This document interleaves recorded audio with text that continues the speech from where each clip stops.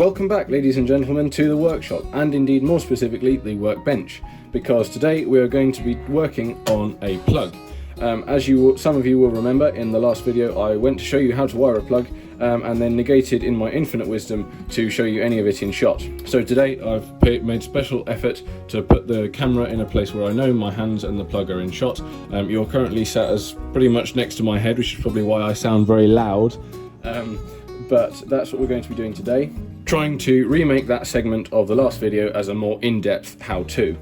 Now, I did debate with myself a bit before making this video because I am not a qualified electrician, as the disclaimer at the start of the video says, and I have not been trained how to work with electricity safely. Electricity is really not something that I've ever fully understood, even in school and in more practical applications like this, but I do know how to wire a plug. So please do just bear in mind that what I am telling you is not the words of a trained professional, it's just someone who has a pretty good idea of what they're doing. So, now that you've all liked the video and subscribed to the channel with your notifications on, to make a start, we have our appliance. It's just an extension lead, so there's no power going to this at all. Obviously, before you work on plugs, make sure the power is all turned off.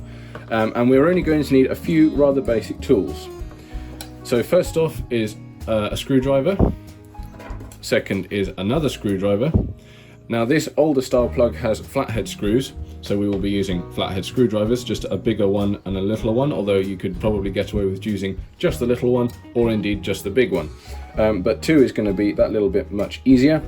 And the other thing to mention is that more modern plugs often have crosshead screws now, Phillips heads, so you could get away with using a flat blade again, but it would be more efficient to use a Phillips screwdriver. Other things we're going to need is going to be some method of stripping back the insulation on the cables. You can buy wire strippers like this, or indeed like this, more modern ones. But if you don't have those, you can always make do with a Stanley knife or a sharp knife. Obviously we've got to be very careful of our fingers, but you know, common sense, being careful, having the right first aid measures on hand means that it's perfectly safe to be using something like this to strip the wire back. And last but not least, to cut wire to length, we're going to need a pair of snips. So the plug obviously has 3 pins, 2 for the power, live and neutral, and 1 pin here for the earth. And in the middle of the plug, you will see this screw here, which we are going to undo. And the back of the plug will then come off. Now this will reveal the fuse, 3 wires, blue, brown, and yellow and green, and the cable itself with a clamp that holds the cable into the plug. You will see there, that's what holds the cable in place and stops too much stress on these 3 points here. So we will also have to go back to the front of the plug and undo these 2 screws and loosen that clamp enough so that we can get the cable out. Next up, coming even closer still, you will see how the plug has these 3 brass, I'm going to call them ports, that the cables go into, the 3 internal wires, and they clamp in place the copper of the cable for each individual wire. So we're going to have to loosen these screws up. They come down through the top of the brass ports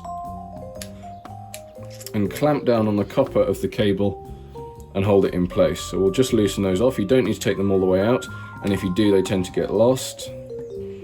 So just loosen those off and all 1, 2, 3 cables will come out.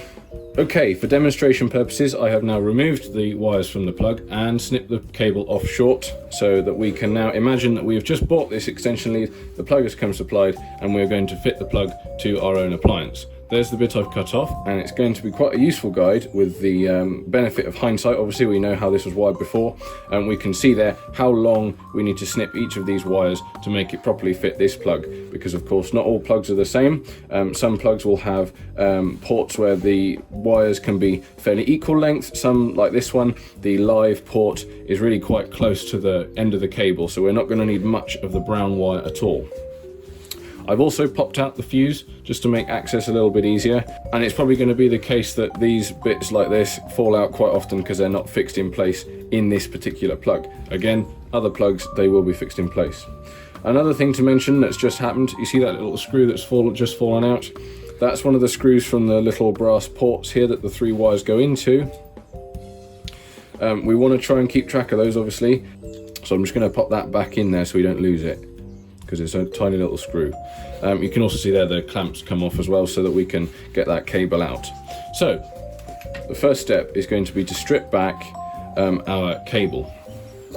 So we'll use our sharp knife or wire strippers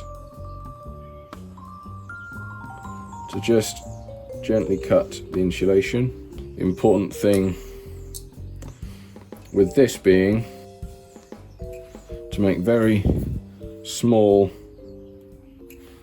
shallow incisions often, because if we go too deep and touch the copper, we will then be making this very dangerous, because we will have that exposed wire and exposed electricity. So I'm just going to work round the cable, going careful of our fingers, little incisions, working it back and forth. You can see there the colours of the inner cable starting to be exposed, so we'll just keep going round.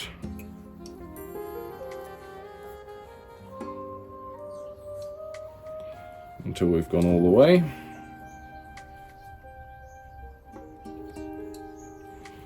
And then we will be able to pull this outer insulation off the cable,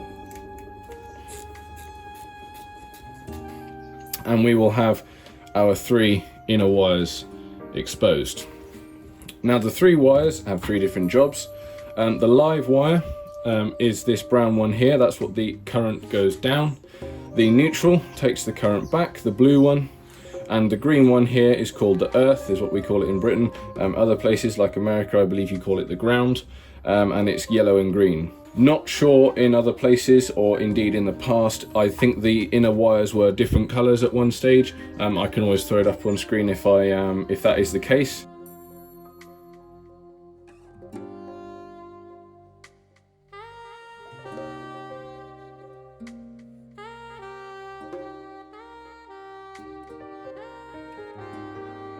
For as long as I can remember, it's always just been brown is the live, blue is the neutral, and green and yellow is the earth. So you can see here how thin the inner wires are, so we will have to be very careful when stripping back these inner wires so that we don't go too deep. You can see here that the earth is going to be about the right length, because we need to have about that much cable there to fit this plug. So the next step is going to be to start stripping back the insulation on the inner cables. Again, very shallow incisions into the insulation, working it back and forth so that we can access the copper.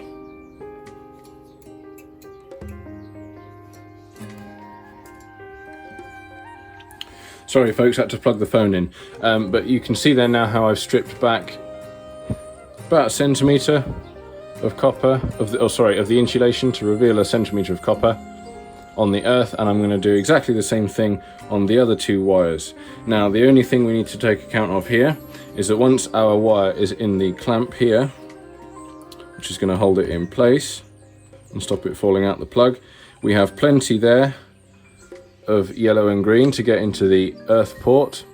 The blue port is only going to have to come around this far, so I can cut this one off about there where my thumbnail is, and the brown one is going to have to be even shorter, because you can see there on the right we've got loads of cable up here that we don't need, so we're going to have to snip them all to the appropriate lengths. So it's always good to have a bit of a mock-up like this so that we can make a good length of cable, and then just carefully cut around that insulation, pull it off, and reveal about 1 centimetre of copper. So right, now I've stripped back the 3 wires and cut them all to length. You can see there how the copper is fraying already. So what we're going to do is just twist this up a little bit with our fingers. Just helps keep everything nice and neat. And I'm also going to double this back on itself, just to make it a little bit fatter, so that when it goes into the port and the screw comes down onto it, it's got a bit of a bigger lump to clamp down on rather than just a skinny bit of wire. Then we can turn our attention back to the plug, and you can see here on the inside we've got an E for earth, an N for neutral, and an L, you might be able to see in there, for live. An easy way to remember where each wire goes is that brown, BR, goes to the right, the blue, BL, goes to the left, and the earth just goes to the top. The reason, if anybody's interested, for this being brown is, rather than red, I believe it used to be, is for people who are colorblind. And also, the brown is much the same color as on cigarettes and tobacco packets. That is the most detestable color to people's eyes. The color in a massive survey that people said, oh, I don't like that brown color. That means that it's a very slight psychological way of getting you to avoid touching it, because obviously that's the live one, that's the dangerous one.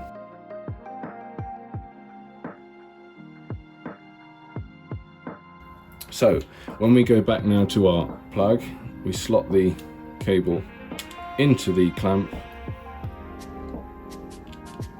It's going to be a bit fiddly, but we're going to have to pop our copper there for the live. We're doing that one first because it's the shortest. I don't believe there's a order that you need to do them in. It's going to have to take a couple of pairs of hands to hold the wire in place there. Make sure that the copper is fully inside the brass port so that we've got nothing exposed, and then tighten up our little screw to clamp down onto the copper and hold it in place. Then the process for the other two wires is exactly the same. So the blue one's going to bend around here like this. There. Right, put the blue one in. You can see there, actually at the back, I've actually pushed it too far in, so I'm going to, it probably wouldn't matter because obviously we've got plastic all around here, but I am just going to pull that back ever so slightly so that we've got a full contact of that screw with that nice big lump of copper that we made to clamp down on and squash it in place. And also, we've still not got any copper exposed there in the air. We've got that insulation going all the way over it until we're well into the brass port. So if I can get my screwdriver in the thing, there we go, tighten that up as well. And the last one is the earth. Use my screwdriver there just to pop him in. There we go. Tighten that one down as well. Give everything a little nip.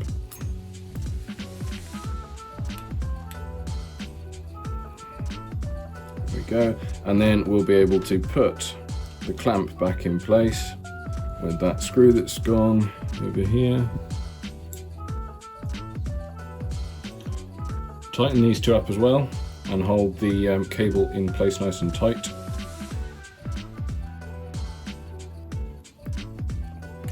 Give everything a final little nip, make sure we're all good.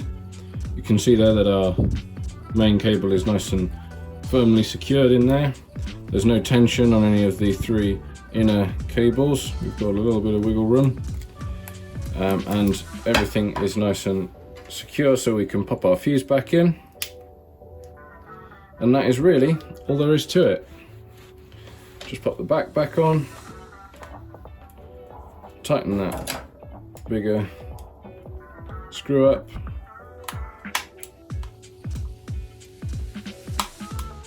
and there we are. That is how to wire a UK plug.